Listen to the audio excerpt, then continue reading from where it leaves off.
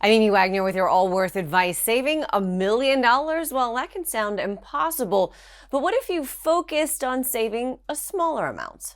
Make no mistake, saving $100,000, well, that's still a lot of money, but several financial experts say that should be your real target.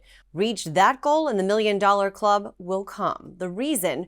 Once you reach $100,000, your money will grow rapidly through compounding. Think of it like a snowball rolling down a hill and picking up more snow quickly.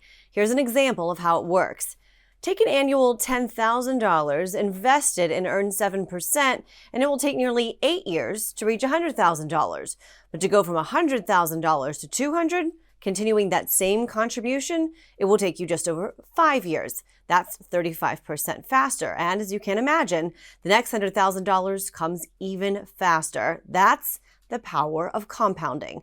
Another helpful rule is the rule of 72. If you divide 72 by different percentage rates you could get on your money, it will tell you roughly how many years it will take for that money to double in value.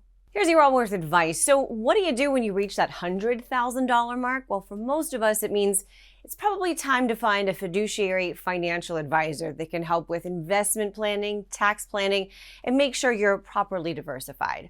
With your Allworth advice, I'm Amy Wagner.